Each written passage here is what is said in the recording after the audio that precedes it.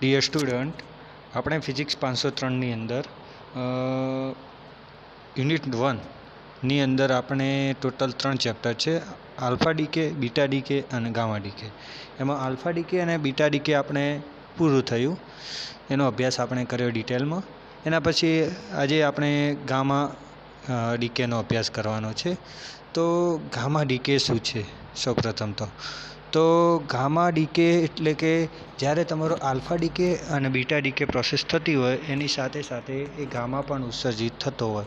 એટલે કે કઈ રીતના ઉત્પન્ન થાય? જ્યારે બીટા ડીકે અને આલ્ફા ડીકે થાય ત્યારે જ્યારે જનકમાંથી જનિત બને છે તો એ જનિત એ ગ્રાઉન્ડ સ્થિતિમાં નથી પરંતુ એક્સાઇટેડ સ્થિતિમાં ઉત્પન્ન થતો હોય. એટલે કે એની જે ક્ષય પ્રોસેસ હોય છે એ બંધ નથી થતી, એ ચાલુ હોય. એના પાસે કશુંક ઉર્જા હોય તો એ એક્સાઇટેડ હોય એ અમુક સમય સુધી લગભગ 10⁻⁸ થી 10⁻⁹ સેકન્ડ સુધી એક્સાઇટેડ સ્ટેટમાં રહે છે. એના પછી અમુક એવા હોય રેડિયો એક્ટિવ કે જે મેટાસ્ટેબલ થઈને નીચે આવતા હોય, અમુક ડાયરેક્ટ ગ્રાઉન્ડ સ્ટેટમાં આવતા હોય. ઓકે, તો એ ગ્રાઉન્ડ સ્ટેટમાં જ્યારે આવે ત્યારે એ મેટાસ્ટેબલ થઈને આવતા હોય અથવા ડાયરેક્ટ આવતા હોય ત્યારે એ શું કરશે? ગામાનું ઉત્સર્જન કરશે. એટલે કે વીજ ચુંબકીય વિકિરણનું ઉત્પન્ન કરે છે. હવે આ જે વીજ ચુંબકીય આંતરક્રિયાઓ કેટલા પ્રકારની હોય? તો જે ઉત્પન્ન કરે તો કઈ રીતના ગામા ઉત્પન્ન થતો હોય? તો ટોટલ એની 3 રીત હોય. ઓકે, તો ટોટલ 3 રીત હોય. તો એક રીત એ ગામા કિરણ ઉત્સર્જન, બીજી આંતરિક રૂપાંતરણ, ત્રીજી આંતરિક જોડ રૂપાંતરણ. ઓકે, એના પહેલાં આપણને એ ખબર હોવી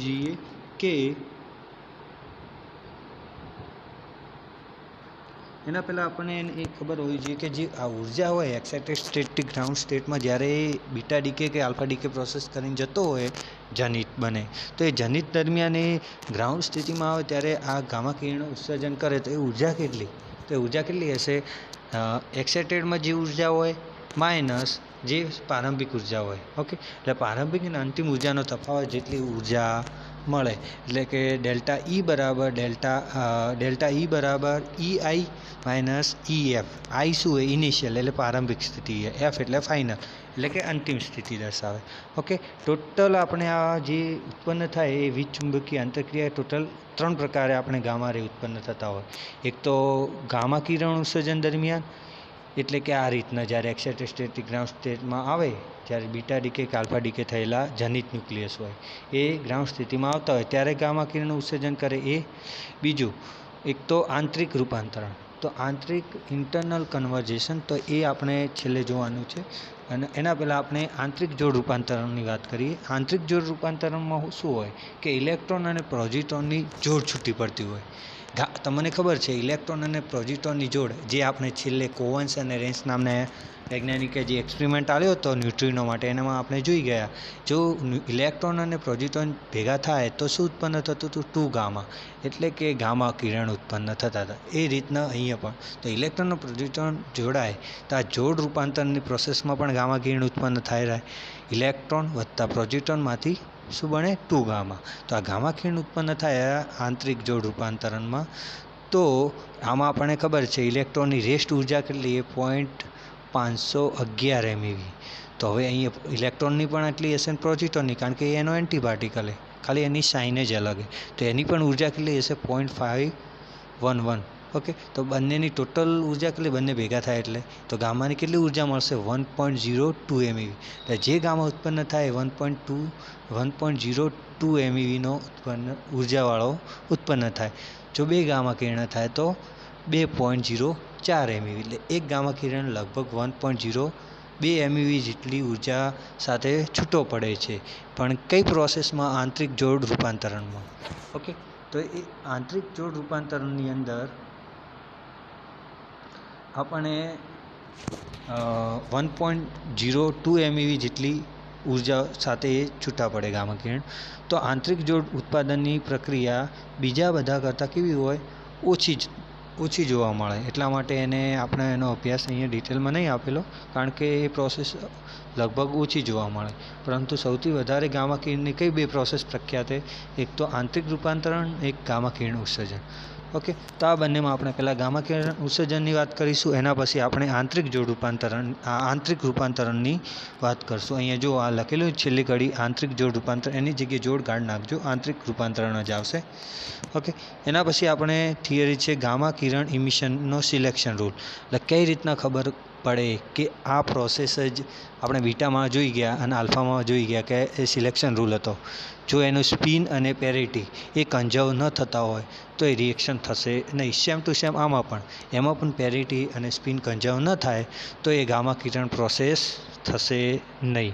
ઓકે, એટલે કે આ જે ગામા કિરણ ઉત્સર્જન માટે પસંદગીના નિયમો, તો એમાં જો આલ્ફા ઉત્સર્જક ન્યુક્લિયસની થોડી ઉર્જા અવગણવામાં આવે તો ગામા કિરણની ઉર્જા નીચે પ્રમાણે સમીકરણથી આપણે ગણી શકાય. તો HF બરાબર ડેલ્ટા E બરાબર EI માઇનસ EF, જ્યાં EI એ આપણે ઇનિશિયલ ઉર્જા દર્શાવેલી અને F એ આપણે ફાઇનલ એટલે કે અંતિમ ઉર્જા દર્શાવેલી. અને આમાં જે આપણે HFનો ઉપયોગ કરે એ એની ફોટોનની આવૃત્તિ દર્શાવે. ઓકે, તો એના પછી હવે આ ન્યુક્લિયસના પ્રારંભિક સ્થિતિની સ્પિન કેટલી હોય? I એટલે આપણે સ્પિનને I વડે દર્શાવવા અહીંયા, એટલા માટે I લખેલું હોય. ઓકે, અને અંતિમ સ્થિતિની સ્પિન એટલે F, એટલે IF વડે. જો એનું કોણીય વેગમાન L લઈએ ફોટોનનું, તો L બરાબર શું મળશે? બે સ્પિનનો તફાવત. તો L સદિશ બરાબર II માઇનસ IF બરાબર ડેલ્ટા I. તો આને સમીકરણ નંબર 2 આપીશું. સમીકરણ 1 કયું હતું? HF બરાબર ડેલ્ટા I. આપણે એ તો ખબર છે કે પેલા ભણી ગયા, જે પ્લાન્કનું એક સૂત્ર હતું, પ્લાન્કના સૂત્ર પ્રમાણે આપણે લખેલું છે. ઓકે, એના પછી જો ગામા ક્ષય માટે નીચેની બે પસંદગીના નિયમો પ્રખ્યાત છે. મેં તમને કીધું, એક તો સ્પિનનો હોવું જોઈએ ને એક શું હોવું જોઈએ? પેરિટીનો. એટલે કે સ્પિન માટે આપણે કોણીય વેગમાન હોવું જોઈએ, તો કોણીય વેગમાન ઓછામાં ઓછું 1 એકમ જેટલું તો હોવું જ જોઈએ. ગામા કિરણ પ્રોસેસ થાય તો એના માટે પહેલી પસંદગી કઈ? તો કે કોણીય વેગમાનનું મૂલ્ય ઓછામાં ઓછું 1 એકમ જેટલું ધરાવતું હોવું જોઈએ. ઓકે, અને બીજું આમાં પેરિટી સંરક્ષણનું પણ પાલન થવું જોઈએ. જેમ આપણે આલ્ફા અને બીટામાં કરતા હતા એ રીતના અહીંયા ગામામાં પણ પેરિટીનું સંરક્ષણ હંમેશા થતું હોવું જોઈએ. એટલે કે ડેલ્ટા I બરાબર માનાંકમાં II plus or minus IF. Okay, આ પ્લસ ઓર માઇનસ શા માટે લખ્યું? આ બાજુ ધારો કે માઇનસમાં સ્પિન માઇનસ, એટલે કે આપણે શું કે ઓપોઝિટ ડાયરેક્શન, વિરુદ્ધ દિશામાં હોય તો એ માઇનસમાં પણ હોઈ શકે. ઓકે, એટલે ડેલ્ટા Iનું ગામા ઉત્સર્જક દરમિયાન સંરક્ષણ થાય છે. ઓકે, એટલે આના માટે એક એક્ઝામ્પલ આપણે લીધેલું છે. જો ન્યુક્લિયર સ્પિનમાં સંરક્ષણ દરમિયાન 4 થી 2 જેટલો ફેરફાર થાય, એટલે કે પ્રારંભિક સ્થિતિ કેટલી? એ 4 અને અંતિમ સ્થિતિ 2. તો એની કઈ સ્પિન જોવા મળે? તો ડેલ્ટા I. તેની શક્ય ટ્રાન્ઝિશન દરમિયાન, તો એટલા આ ટ્રાન્ઝિશન દરમિયાન એ ગામા કિરણ ઉત્પન્ન થઈ શકે. ઓકે, તેનો કઈ મળશે? હવે ડેલ્ટા I બરાબર શું હતું? II plus or minus IF. Okay, તો પહેલાં તો માઇનસ લઈ, એટલે નાનામાં નાની કિંમત સ્પિનની કઈ મળશે? તો 4 પ્રારંભિક અને 2 અંતિમે, તો 4 માઇનસ 2 એટલે 2. તો I માઇનસ IF એટલે કે 2 આવશે. એટલે નાનામાં નાની કિંમત કેટલી હશે? 2. અને મોટા મોટી એટલે I પ્લસ IF. તો એમાં II કેટલા છે? 4 અને IF કેટલા છે? 2. તો બંનેનો સરવાળો કેટલો થાય? 4 + 2 6, એટલે મેક્સિમમ 6 હશે. ઓકે, તો 2 અને 6ની વચ્ચે બધી કિંમતો આવે અને 2 અને 6 પણ આવશે. ઓકે, તો એમાં શું આવશે? 2, 3, 4, 5 અને 6, એટલે ટોટલ આ આપણને 5 કિંમતો મળે. કેટલી મળે? 5 કિંમત. જોઈ લો નીચે સમીકરણ. Lમાં એક બાજુ માનાંકમાં છે I માઇનસ IF અને બીજી બાજુ શું હશે? મેક્સિમમમાં II પ્લસ IF. ઓકે, એટલે 2 અને 6 તો જોવા મળે અને 2 અને 6 વચ્ચેની બધી શક્ય કિંમતો આપણે કોણીય વેગમાનમાં જોવા મળશે. એટલે 2 થી 6 સુધીના શક્ય કોઈપણ સંકલિત કિંમત આવશે. ઓકે, એટલે ગામા સંક્રમણ માટે ડેલ્ટા Iનું મૂલ્ય 0 નથી, કારણ કે ફોટોનની પોતાની સ્પિન જ એક જ છે. એટલે આપણે કીધું હતું પહેલી કન્ડિશન કેવી હોય એના પસંદગીમાં ગામા કિરણમાં, કે એનું કોણીય વેગમાન ઓછામાં ઓછું 1 હોવું જોઈએ. એનું કારણ શું? કે એને ફોટોનને પોતાની સ્પિન એક જ હોય, એટલા માટે એ 1 તો હોય, 0 ક્યારેય ન હોય. ઓકે, એટલે ડેલ્ટા Iનું મૂલ્ય ક્યારે આપણને 0 મળશે નહીં. એના પછી આપણને આવશે ગામા સંક્રમણમાં બહુધ્રુવીયપણું. ઓકે, એટલે એમાં ગામા કિરણમાં બહુધ્રુવીયપણું એટલે મલ્ટીપોલારિટી કઈ રીતના જોવા મળે. ઓકે, તો ગામા ઉત્સર્જક મલ્ટીપોલ ઓર્ડરના સંદર્ભ વર્ગીકૃત કરી શકાય. એટલે ધારો કે બે કોણીય વેગમાન આપણે 2:l આવશે, તો એમાં એલની મૂલ્ય તમને ખબર હોય, n બરાબર ગ્રાઉન્ડ સ્થિતિમાં 1 હોય તો એલનું મૂલ્ય કેટલું હતું? 0. 0થી ચાલુ થાય, n બરાબર 1થી ચાલુ થાય. તો એલ જ્યારે 0 હોય એટલે 2:0 એટલે 2 આવશે. ઓકે, એટલે 1 થશે. ઓકે, એટલે મોનોપોલ ટાઈપનું થઈ ગયું. એટલે આપણે 2:l+1 હશે એમાં જોઈ લો. આ 2:l એ મલ્ટીપોલ સંક્રમણના મલ્ટીપોલનો ક્રમ કેવો હોવો જોઈએ? 2:l. તે આપણે કેપિટલ એલ ઓછામાં ઓછો તો કેટલો? 1 તો હશે, 1થી વધારે પણ 1થી ઓછો હશે એ નહીં ગામા ઉત્સર્જનમાં આપણે, કારણ કે એમાં ફોટોનની પોતાની સ્પિન જ 1, એટલે એલની કિંમત 1થી સ્ટાર્ટઅપ કરીએ તો 1 લઈએ તો 2 આવશે એટલે ડાયપોલ થયો. ઓકે, 2 મૂકશું તો 2:2 એટલે 4 થયો, એટલે એ કેટલો આવશે? 4 એટલે ક્વોડ્રુપોલ આવશે. 2:3 એટલે 6 આવશે એટલે ઓક્ટોપોલ આવશે. ઓકે, એ રીતના આપણે એની મલ્ટીપોલારિટી એટલે બહુધ્રુવીપણું જોવા મળશે. ઓકે, એટલે જો ડેલ્ટા ઈ એલ બરાબર 1 હોય તો મલ્ટીપોલ ક્રમ કયો હોય? એલ બરાબર 1 હોય તો 2:1 એટલે 2 થાય, એટલે એ ડાયપોલ સંક્રમણ કહેવાય. ઓકે, એલ બરાબર 2 હોય તો એ મલ્ટીપોલ 4 થાય તો ક્વોડ્રુપોલ સંક્રમણ કહેવાય. ઓકે, એ જ રીતના ઓક્ટોપોલ સંક્રમણ આવશે. ઓકે, જેમ જેમ ક્રમ વધશે એમાં એના બહુધ્રુવીયપણું જોવા મળશે. ઓકે, પછી ચોથો મુદ્દો, ન્યુક્લિયસ માટે પેરિટીનો ફેરફાર મલ્ટીપોલ સંક્રમણનો પ્રકાર નક્કી કરે. એટલે કે એનો પેરિટીને આપણે પાય વડે દર્શાવે. ફિઝિક્સમાં આપેલા મેથેમેટિક્સમાં પાય તમને ખબર, એટલે પાય આઈ પ્રારંભિક હોય તો આઈ અને અંતિમ હોય તો એફ, એટલે પાય આઈ અને પાય એફ. તો એ બંને પેરિટીનો ફેરફાર લેવાનો. તો ડેલ્ટા પાય લઈએ તો પાય આઈ માઇનસ પાય એફ આવશે આપણે સ્પિનની જેમ. એટલે પેરિટીનો ફેરફાર એ મલ્ટીપોલ ક્રમનો પ્રકાર નક્કી કરે. એટલે એ પેરિટીનો ફેરફાર એ આપણે આઈ સાથે એટલે એલ સાથે ડિપેન્ડેન્ટ. કઈ રીતના? તો દાખલા તરીકે એલ બરાબર 2 હોય તો ઇલેક્ટ્રિક ક્વોડ્રુપોલ સંક્રમણ થશે. કઈ રીતના ખબર પડી ઇલેક્ટ્રિક ક્વોડ્રુપોલ સંક્રમણ થશે? આગળ આપણે જોશું કે જેમાં ન્યુક્લિયસ પેરિટી બદલાતી ન હોય, જ્યારે મેગ્નેટિક ક્વોડ્રુપોલમાં શું થશે? પેરિટી બદલાય. હવે તમને એલ બરાબર 1 હોય તો કઈ આપણે ક્વોડ્રુપોલ ઇલેક્ટ્રિક જોવા મળે કે મેગ્નેટિક? તમને ખબર હોય ઇલેક્ટ્રિક અને મેગ્નેટિક બંને એકબીજાને કેવા હોય? લંબ સ્વરૂપે. એ ધારો કે એક્સ અને વાયમાં ઇલેક્ટ્રિક અને મેગ્નેટિક ફિલ્ડ હોય લંબ સ્વરૂપે, તો ઝેડ દિશામાં એ શું કરશે? ગતિ કરશે. તો આપણે આ શું હોય? ગામા, એટલે કે વીજચુંબકીય વિકિરણ. એટલે ગામા જે દિશામાં ગતિ કરે તો એના માટે આ બે ઘટક જોવા મળે. ઇલેક્ટ્રિક, કારણ કે તમે વિદ્યુત ચુંબકીય તરંગ ભણી ગયા, એ એટલે વિદ્યુત ચુંબકીય તરંગ કહો અથવા ફોટોન કહો, બંને એક જ કહે. વિદ્યુત ચુંબકીય ફોટોનને વિદ્યુત ચુંબકીય તરંગ પણ કહેવાય.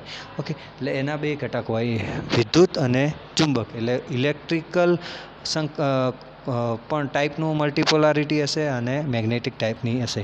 એટલે કઈ ચેન્જ થાય, કેના અંદર પેરિટી ચેન્જ થાય અને કેના અંદર પેરિટી ચેન્જ થતી નથી. ઓકે, તો એનો આપણે વાત કરીશું. એટલે જો ન્યુક્લિયસની પ્રારંભિક અવસ્થાની પેરિટી કેટલી હોય? પાઈ આઈ અને અંતિમની પાઈ એફ. ઓકે, એ રીતના આપણે એલનું મૂલ્ય કેવું હોય? આઈ માઇનસ આઈ એફથી માંડીને આઈએ પ્લસ આઈ એફ જેટલું હોવું જોઈએ. અને ટોટલ પેરિટી કેટલી હોય? તો પેરિટી બરાબર પાઈ આઈ માઇનસ ભાગ્યા પાઈ એફ, પાઈ આઈ ભાગ્યા પાઈ એફ આવશે. જ્યાં પાઈ એ ઉત્સર્જિત ગામા કિરણની પેરિટી અને આઈ એ છે ને એ પ્રારંભિક ન્યુક્લિયસની, એટલે કે જે જનકની, અને પેલી અંતિમ એટલે કે જનિત ન્યુક્લિયસની. એફ એ જનિત ન્યુક્લિયસ માટેની પેરિટી એ, પેલી જનક પેરિટી એ. અને જ્યારે જનકમાંથી જનિત બને એટલે ગામા ઉત્સર્જિત થાય, તો ગામાની કેટલી હશે? ગામાની મેજર કરવી હોય તો શું કરવાનું? જે જનકની પેરિટી હોય એને એ ભાગ્યા આપણે જનિતની જે પેરિટી હોય એ બંનેનો ભાગાકાર કરશું તો આપણે જે ગામા કિરણ ઉત્સર્જન થાય એ પ્રક્રિયામાં, તો એની પેરિટી મળી જાય. ઓકે, તો ગામા સંક્રમણને વિદ્યુત 2:l પોલ અને ચુંબકીયમાં 2:l પોલ પ્રમાણે વર્ગીકૃત કરવામાં આવે. તો હવે ધારો કે તો એની પેરિટી કઈ રીતના મેજર કરી? તો પેરિટી બરાબર શું થશે? -1ની એલ, -1ની એલ. પણ એ વિદ્યુત 2:l બંનેના પોલ તો સેમ જ જોવા મળે. ધારો કે પેલામાં ડાયપોલ ટાઈપનું સંક્રમણ હોય તો આમાં પણ ડાયપોલ ટાઈપનું સંક્રમણ ઓકે, તો એની મલ્ટીપોલારિટી તો બંનેમાં 2l જ આવશે, પરંતુ એની પેરિટીમાં શું થશે? વિદ્યુત માટે -1 આવશે અને ચુંબકીય માટે શું આવશે? -1l+1 આવશે. ઓકે, તો હવે જો આપણે લખેલું l બરાબર જો 1 હોય તો આપણને વિદ્યુતની અંદર ચેન્જ થાય સંક્રમણની પેરિટી અથવા કે ચુંબકની અંદર, તો જે યસ લખેલું હોય એમાં ચેન્જ થશે, નોની અંદર ચેન્જ થશે નહીં. ઓકે, તો l બરાબર 1 હોય, 1 મૂકીએ તો તમને ખબર હે બંનેની સેમ કેમાં જોવા મળશે? તો કઈ ચેન્જ થાય રહીએ? તો વિદ્યુતની અંદર ચેન્જ થાય. ઓકે, પરંતુ એનું કારણ શું? -1ની l, -1ની 1 મૂકે એટલે -1, પેલામાં શું હોય? l+1 એટલે 1+1 એટલે 2 એટલે 1 થઈ ગયું. ઓકે, પેલામાં -1 આવ્યું એટલે કે એમાં શું થાય? ચેન્જ થાય પેરિટી. એની 1 હોય એટલે પેરિટી એની એ રહેશે સેમ, પાઈ જે હોય ને સ્ટાર્ટિંગમાં એની, પણ જો બદલાય તો એ -1 ને એ રીતના આવશે. ઓકે, તો આમાં શું હશે? 1 આવ્યું તો 1 કેની અંદર આવ્યું? ચુંબકની અંદર, તો એની પેરિટી બદલાશે? નહીં બદલાય. ઓકે, તો એ નો આવશે. અને વિદ્યુતની અંદર બદલાય રહી, -1 થાય, 1 મૂકીએ ને એલની જગ્યાએ તો. ઓકે, l બરાબર 2 મૂકીએ તો -1ની 2 એટલે એમાં વિદ્યુતમાં બદલાતી નહીં. ઓકે, એટલે એમાં નો આવશે. જેમાં ન બદલાય એ નો, અને જેમાં બદલાય એમાં યસ પેરિટી. ઓકે, તો આ રીતના મેં દર્શાવેલું લખી દેજો આ પ્રમાણે, કે પેરિટી ચેન્જ થાય તો નો, અને પેરિટી ચેન્જ ન થતી હોય એની સેમ રહેતી હોય તો યસ આવશે. ઓકે, તો એના પછી જો પાઈ આઈ અને પાઈ એફ જો પેરિટી ચેન્જ ન થાય, એટલે કે નો ચેન્જ ઇન પેરિટી, તો ફર્મી અને ગેમો-ટેલોર અલાઉડ સંક્રમણ કહેવાય. ઓકે, એને જો પેરિટી ચેન્જ ન થાય તો એ સંક્રમણ કયું કહેવાય? તો ફર્મી અથવા ગેમો-ટેલર એલાઉડ. ઓકે, અને જો પેરિટી ચેન્જ થાય તો એને શું કહેવાય? મિક્સ ફોરબિડન સંક્રમણ કહેવાય. એટલે કે પેલામાં ફર્મી અને ગેમો બંને આવશે, અને પેલામાં ફર્મી અથવા ગેમો જો પેરિટી ચેન્જ ન થાય તો ગેમો અથવા ફર્મી ગમે તે એક જ પ્રકારનું સંક્રમણ હશે. પરંતુ પેરિટી ચેન્જ થઈ જતી હોય, ઓકે, જો પેરિટી ચેન્જ થાય એટલે કે pi i not equal to pi f હોય, ચેન્જ થાય એટલે કે બંને સમાન નથી, એટલે એમાં શું હશે? ફર્મી અને ગેમો બંને મિક્સ સંક્રમણ જોવા મળશે. ઓકે, હવે ડેલ્ટા આઈ એટલે કે એલ, એની પેરિટીમાં સીધો ફેરફાર જોઈ શકાતો નથી, એટલે એના અંદર ડાયરેક્ટ ફેરફાર થશે નહીં. એટલે કે રેડિયો એક્ટિવ તત્વમાંથી ઉત્સર્જિત ગામા કિરણ કયા પ્રકારનું સંક્રમણ આપે એ આપણે કહી શકતા નથી. તો એના માટે શું કરવાનું? એ શેના ઉપર ડિપેન્ડન્ટ છે? કેપિટલ એલ, કોણીય વેગમાન ઉપર. ઓકે, તો એના માટે એને કોણીય વેગમાન સાથે સંબંધિત સમીકરણ આપણે ખબર હોવી જોઈએ. એલને કરસ્પોન્ડિંગ એનું જે સંક્રમણ ચેન્જ થાય, તો એ ગામા કિરણ કયા પ્રકારનું સંક્રમણ દર્શાવે એટલે ટ્રાન્ઝિશન બતાવે, એ આ નીચેના ઇક્વેશન પરથી આપણને ખબર પડે. આ ઇક્વેશન તમારે યાદ રાખવાનું, યાદ રહેતું હોય, ન રહે તો કશું વાંધો નહીં. ઓકે, એટલે આના ઉપર ડિપેન્ડ કરે એટલું યાદ રાખવાનું. ઓકે, તો TL, તો આમાં TL શું હોય? તો એ જે ટ્રાન્ઝિશન થાય એની સંભાવના, પ્રોબેબિલિટી દર્શાવે. P વડે દર્શાવતો ચાલે, અને T વડે દર્શાવતો પણ ચાલે. તો પ્રોબેબિલિટીનો એકમ શું હોય? Second inverse. જો આ ઇક્વેશન 1/8πl+1 આ જે ઇક્વેશન 2 આપેલું એ, અને જો એના નીચે શું લખેલું? 2l+1 factorial. એનો મતલબ શું થયો? બંને વખત ફેક્ટોરિયલ હોય એટલે કે એનો મતલબ શું થાય? કે 1 × 3 × 5 આ કઈ રીતના આવ્યું? એલની કિંમત મૂકતા જાઓ. પહેલાં કેટલી મૂકવાની? 1 મૂકવા, 0 મૂકો, 0 મૂકશો એટલે 1 આવશે, 1 મૂકશો એટલે 3 આવશે, 2 મૂકશો એમ ચેન્જ થઈ જશે. ટોટલ કેટલા સુધી છે? 2l+1 સુધી. અને અહીંયા BL આપેલું હોય, BL શું હોય? તો જે આ પ્રોબેબિલિટી એમાં થતો ઘટાડો દર્શાવે. શું દર્શાવે? એમાં થતો ઘટાડો. એનું ઇક્વેશન આ નીચે આપેલું હોય, જે ક્વોન્ટમ માટે આવેલું ઇલેક્ટ્રોમેગ્નેટિક વેવ માટે ઇક્વેશન છે. તો φ' Q અને O લખો તો ચાલે, Q લખો તો O લખો, O⁴l નીચે EM અને નો હોલ સ્ક્વેર. પ્રોબેબિલિટી તમને ખબર છે કે પ્રોબેબિલિટી શું દર્શાવે? ψ × ψ અથવા એના બરાબર શું લખી કે માનાંકમાં ψ² આપણે ખબર છે, પ્રોબેબિલિટીનું ઇક્વેશન ભણી ગયા હતા. ઓકે, તો આ પ્રમાણે આપણે એને લખી શકીએ. એના પછી આ જે સાય છે એ પ્રારંભિક ન્યુક્લિયસની તરંગ વિધેય દર્શાવે અને સાઇડ એસ એ અંતિમ ન્યુક્લિયસનું તરંગ વિધેય દર્શાવે. અને આ જે OL નીચે EM લખેલું એ વિદ્યુત અને ચુંબકીયનો મલ્ટીપોલનો ઓપરેટર શું એ શું એનો ઓપરેટર એટલે કારક. તમને પેલા EH ખબર હશે હેમિટોલિયન, એ ટોટલ એનર્જીનો શું દર્શાવે ઓપરેટર એટલે હેમિટોલિયન ઓપરેટર આવે. ઓકે, તો ચુંબકીય મેગ્નેટિક ડાયપોલને આપણે M1 અને વિદ્યુત એટલે કે ઇલેક્ટ્રિક ક્વોડ્રુપોલને આપણે E2 સંક્રમણ શક્ય બને. ઓકે, તો એના માટે ઝેડ દિશામાં R જેટલો અંતર રહેલ વીજભાર માટે ચાર્જ ડિસ્ટ્રીબ્યુશનનો વિદ્યુત પોટેન્શિયલનું સમીકરણ નીચે મુજબ છે, જે આપણને ઉદ્ભવતા મલ્ટીપોલ ઓર્ડરની માહિતી આપે. ઓકે, એના અંદર જે મલ્ટીપોલ કઈ રીતના ઉદ્ભવ થાય એની વાત કરે છે. ઓકે, તો આ બધું આપણે હવે નેક્સ્ટ લેક્ચરમાં અભ્યાસ કરીશું. ઓકે, હાલે આપણે આ જે જે આ ઇક્વેશન આપેલું BLનું, BL શું દર્શાવે તો વિદ્યુત ચુંબકીય નહીં, આપણે જે આ સંક્રમણ સંભાવના છે એ ટ્રાન્ઝિશનની પ્રોબેબિલિટી એમાં થતો ઘટાડો દર્શાવે. શું દર્શાવે? ઘટાડો. ઓકે, એના આગળનો આપણે નેક્સ્ટ લેક્ચર. એટલા સુધી તમે યાદ રાખજો.